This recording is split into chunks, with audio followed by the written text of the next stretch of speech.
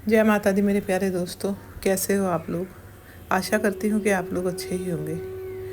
आप में से कुछ लोगों ने मुझसे पूछा था कमेंट में कि हम मेडिटेशन कैसे करें।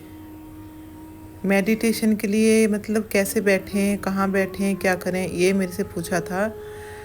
क्योंकि मेडिटेशन का सबसे अच्छा फ़ायदा होता है कि वो हमारे माइंड को एकदम रिलैक्स कर देता है। हमारी जो सोचने समझने की शक्ति है उसे बढ़ा देता है।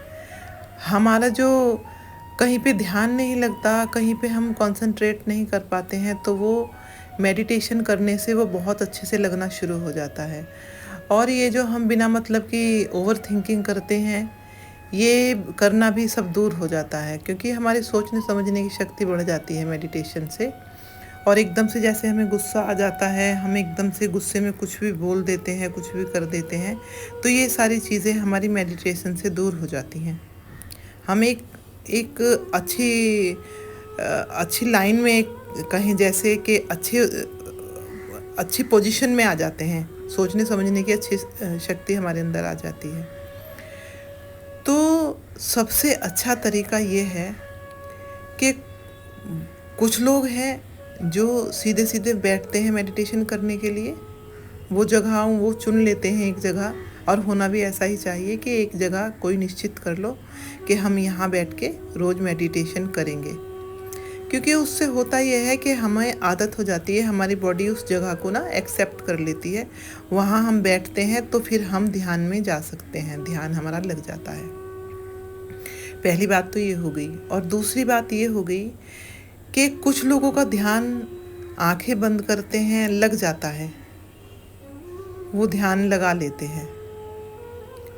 उन्हें बाहर के जो थॉट आते हैं दिमाग में, वो आते रहते हैं, लेकिन उसे इग्नोर करके वो अपने मेडिटेशन में रहते हैं, वो उससे बाहर जल्दी नहीं निकलते हैं। उन्हें आदत भी हो चुकी होती है धीरे धीरे, क्योंकि जब हम किसी भी काम को करना शुरू करते हैं तो शुरू शुरू में वो हमें उसकी आदत डालनी पड़ती है, एकदम से नहीं हो जाता है। तो आप धीरे धीरे शुरू करो।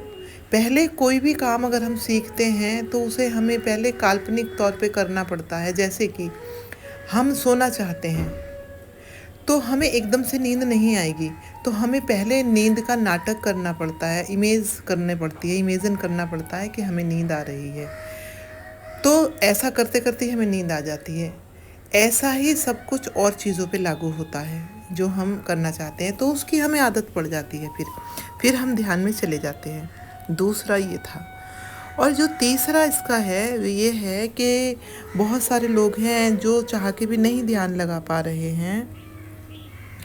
तो आप जो लोग पूजा करते हैं और माला करते हैं, माला जाप, तो कोशिश कीजिए कि आप जब माला जाप करते हो तो जिस भी भगवान को आप मानते हैं उनसे कनेक्ट होने की कोशिश कीजिए। कैसे?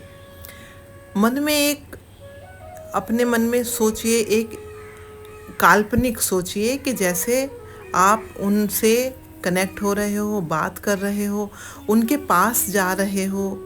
वो जहाँ रहती हैं माता रानी, मैं तो माता रानी को मानती हूँ तो उन्हीं को सबको बोलती हूँ। आप जिन्हें भी मानते हैं आप उनके पास रहिए, उनके साथ जाइए, देखिए वो कहाँ रहते हैं। वो जो घर है, हाउस है, जो भी जगह है, महल है, जहाँ भी वो रहते हैं, अपने मन में ये सब कल्पना कीजिए कि वो कहाँ रहते हैं। ऐसा आप अगर सोचोगे ना तो भगवान से कनेक्ट भी हो जाओगे अच्छे से, और आपका ध्यान भी लगेगा, ध्यान लगना शुरू हो जाएगा। और जब आपका ध्यान लगना शुरू हो जाएगा ना, और आपको अपने भगवान दिखने लगेंगे, तो फिर आपसे वो बातें भी करेंगे, आप भी उनसे अपनी बातें करोगे। और आपको ऐसा लगने लगेगा कि जब हम यहाँ एक बार आ गए हैं ना, तो हम यहाँ से वापस न जाएं। वापस जाने का मन नहीं करता वहाँ से, ये मन करता है कि बस हम यहीं रहें।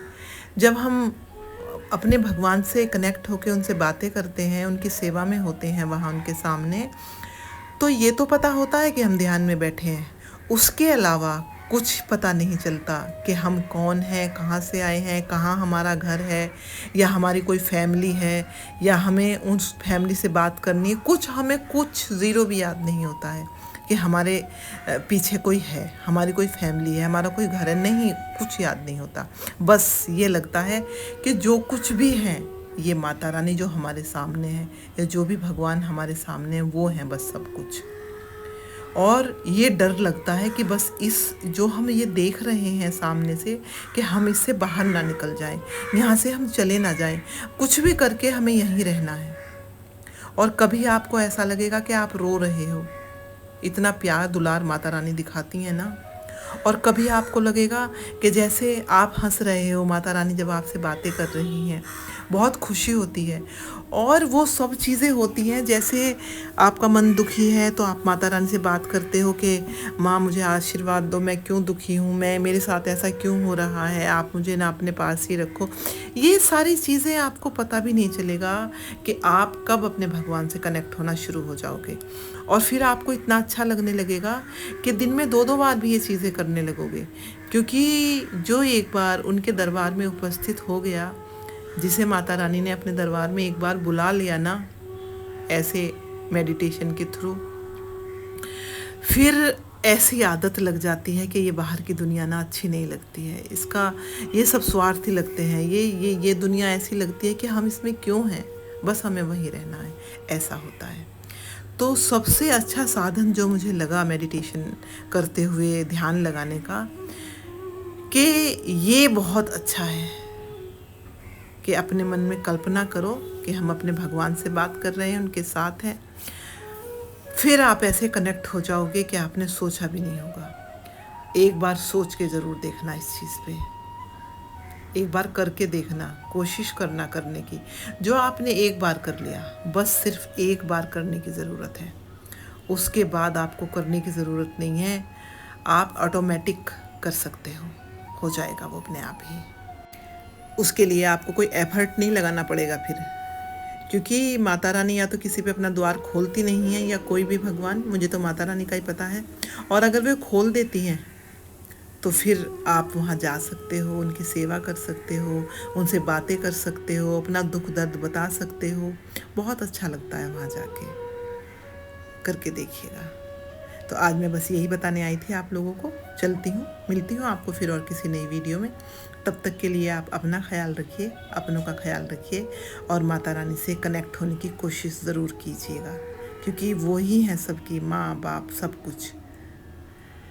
जय माता दी, जय माता दी, जय माता दी। खुश रहिए आप सब लोग।